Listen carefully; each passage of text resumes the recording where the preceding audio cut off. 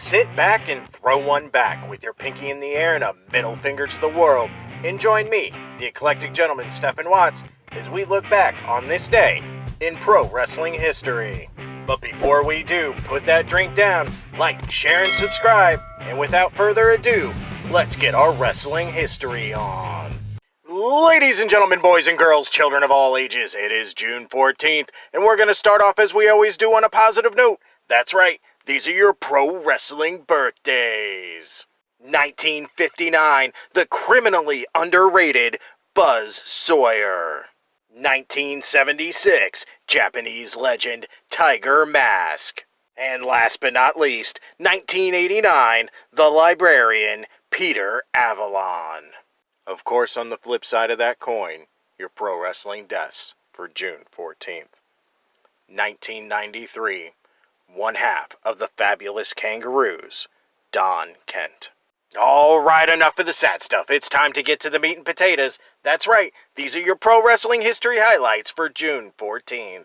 A super short trip in the Wayback Machine today, as we start in 1981.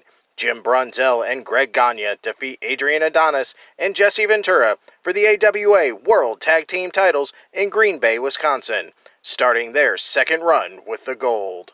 Moving ahead 3 years to 1984, Antonio Inoki, having won the second annual IWGP tournament, wrestles and defeats Hulk Hogan, who had won the tournament the year previous, for the IWGP heavyweight title.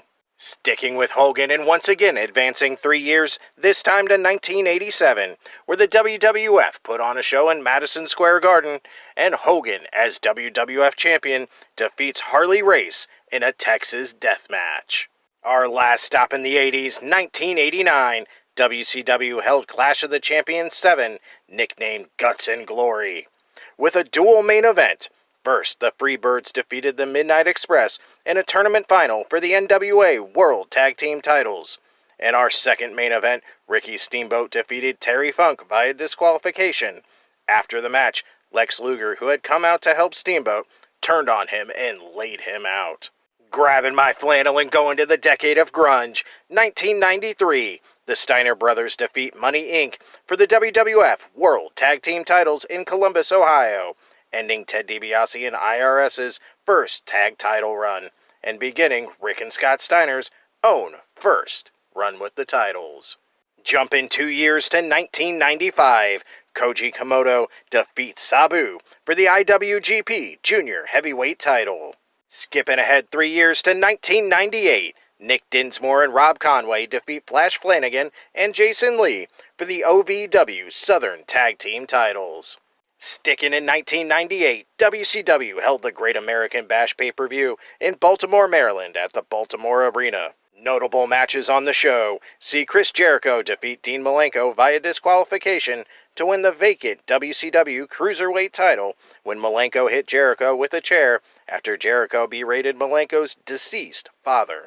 In tag team action, Hulk Hogan and Bret Hart defeated Roddy Piper and Randy Savage when Hart made Savage submit to the sharpshooter. And of course, in the main event, Sting defeated the Giant to gain control of the WCW Tag Team Championships with a Scorpion Death Drop from the second rope. Sting and Giant were the champions, but had joined different factions of the NWO. Sting would choose Kevin Nash as his new partner. And last but not least, 1999, Ivory defeats Deborah for the WWF Women's Championship. Those were your short but sweet pro wrestling history highlights for June 14th. I'm the eclectic gentleman Stephen Watts, and we'll see you tomorrow.